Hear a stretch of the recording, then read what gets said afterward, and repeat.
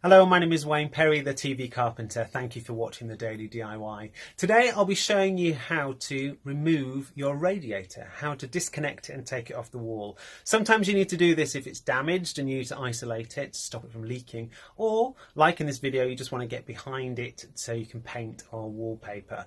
This video was created a couple of years ago, and since then I was given an amazing top tip. So in the video I show you how to disconnect it and how to drain the water out of it. But how to drain the water out of it once you've connected one end, all you need to do is use a radiator release valve key and use that, and that lets air in and water comes out quick and easier. So bear that in mind when you're watching this video. As with DIY, you always learn new skills along the way, even I'm learning. But the principles are still the same. So I hope this video makes sense and you enjoy it. Today's top tip is how to remove a radiator. I'm about to wallpaper this lower level below the dado rail, and I need to get behind, so I'm going to take the radiator off.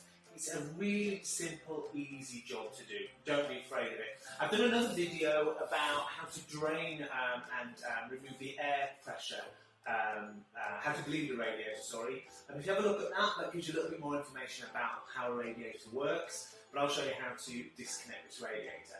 So the first thing I need to do is stop the water supply going to the radiator. And it's like a constant loop. So what happens is water comes in one area and it goes out the other.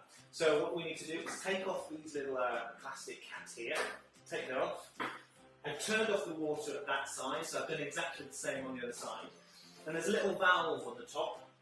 And what I need to do is twist that to off. So remember I was saying righty-tighty, lefty-loosey. So if I want to turn off a valve, you tighten the valve up. So I'm going to turn it right. So I've got some combination pliers here. I'm going to turn it from the top and turn it round. I'm turning it round to the right, so it's all the way. There we are. So it's turned right, so I know there's no water coming into that way, and I've done the same on this side. And now there's a nut here which attaches to the radiator, and I need to loosen off this nut. Now, in most of it, there's going to be water within the radiator, even though we've isolated it coming into it. There's still going to be, this is going to be full of water, so we need to drain this first. So I put a bucket there, put a bucket here. I've got plenty of towels and cloths because naturally it might go places. You don't want to flood downstairs.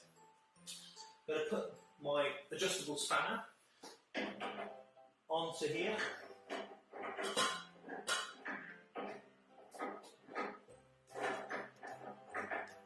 And then I just loosen it off. See, water's already coming out. There we are. And it's coming out really slow because what it is, there's a bit of an airlock inside. So as soon as I do the same on this side, the air will be coming and I'll let that water come out. It might come out quickly. So you do this slowly on this side.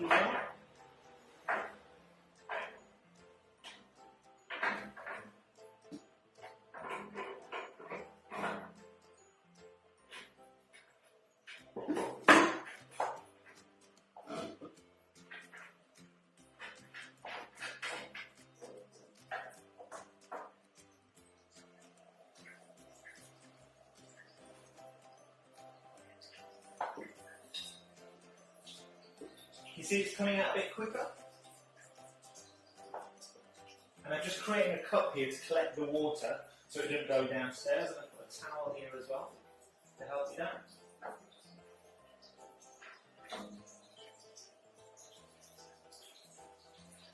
And the water's coming out quicker and quicker and quicker, and hopefully it will be drained very shortly.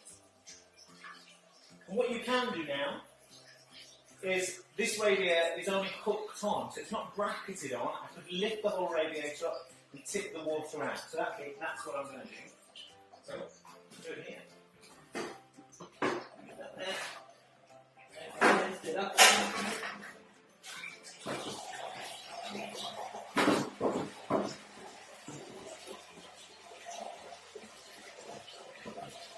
And you can see all the water's coming out.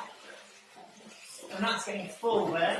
So what I'm going to do, I'm going to tip it up. Well, I've tipped it because the bucket was about to get full. So just have extra buckets around, lots of towels and things. And they say it's so easy just to lift it off. So there's water still inside this radiator. So what I'll do, I'll take it to the bathroom and tip it up and empty it out. And to replace it, you do exactly the same. Just in reverse, put it all back up, hang it back on, screw on the bolts, and then open up the water pressure, and the water will go back into the radiator. You might have to top up your radiator system, so watch the video about bleeding your radiator and I'll show you how to do that. So, if you thought this video was helpful, please like it. If you'd like to know more about the DIY Doers, check us out at thediydoers.com and join our Facebook group for interactive chat and support. And that breath. And remember, you can be a DIY doer. I hope that makes sense and it was helpful. Another top tip that I was given recently is if you obviously turn off the water supply to your radiator and loosen off the nuts, you can lift up the radiator and just let it roll and rock forward. So it's still attached to all the pipe work, but it's just kind of laying on the floor in front of you. Then you can decorate behind, then rotate it back up, hang it back on the wall, tighten it all back up again, and then so you don't always have to release all the water out. You've just loosened it enough to drop it down, but you've stopped the water flowing into the radiator. Hope that makes sense. Thank you for watching this daily DIY. If you have any questions for me and you want to contact me thetvcarpenter.com, and don't forget you can go to the DIY Doers Facebook group on there. But thank you once again for watching me, Wayne Perry, the TV Carpenter.